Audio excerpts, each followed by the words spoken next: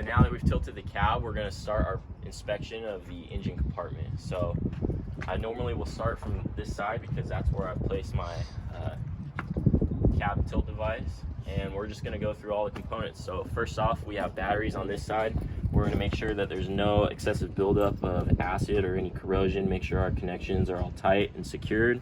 Make sure all the wiring looks intact, has no fraying or damage. Make sure we have good general look of the batteries as well, and just look at all your air lines and everything as well. Really, you want to just inspect any kind of wire or wiring harness for quality and condition. So next, we're going to move to our air filter. This is the air filter for the apparatus. You want to get just a good general inspection of it, make sure it's clean, make sure there's no damage to it. Moving on, all of the clamps on the hoses as well. Make sure they're all on secure. Make sure our hoses are in good condition. Once again, wiring harnesses. While we're here, we can visualize the turbo. This is the turbo for the diesel engine, hot side, cold side. Check all your clamps and connections, all your hoses as well. While we're here, we can visualize the pump for the apparatus. Once again, clamps and hoses. And then we can also visualize belts down here. With belts, we want to make sure there's no more than 3/4 inches of play or no excessive twisting, fraying, or cracks on any belts. So while we're here, we want to check all of our belts. This is the alternator for the apparatus. An easy way to identify it is you have a big grounding connection wire right here, and that's how I've always identified it. More hoses here.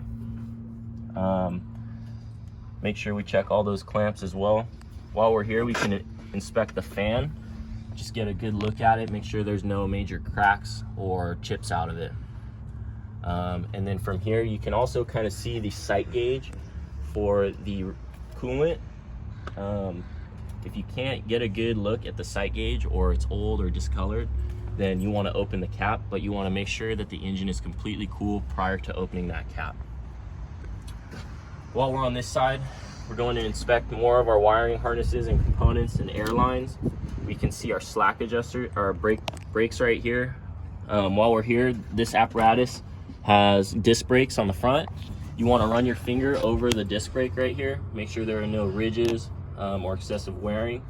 And right here, we can also inspect this piston. Helps us identify the amount of life that our rotor has left in it. We can measure slack adjusters at a later time.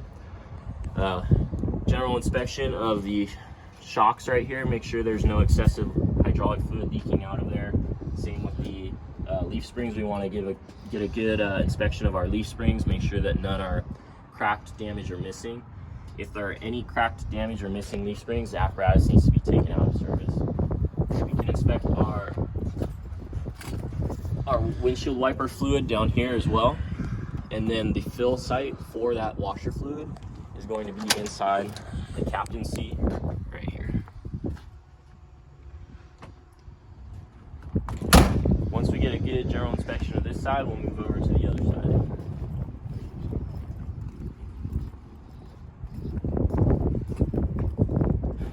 All right, so once again, same thing as the other side. We're going to check all our battery connections, make sure there's no buildup of battery acid, make sure that everything looks like it's in good working order.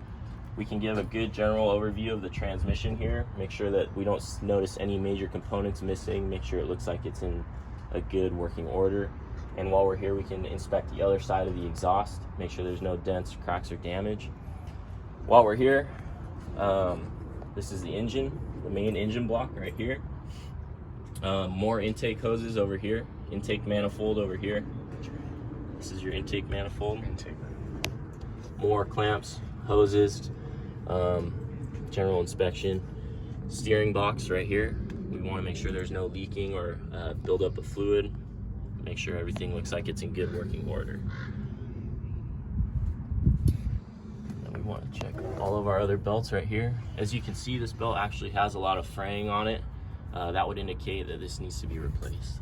So we would note that and report it to our company officer or supervisor. So we want to check shocks on this side as well as leaf springs. And we can visualize the brakes and check the rotors on this side as well. And look at this the sight gauge as well to see how much life we have left.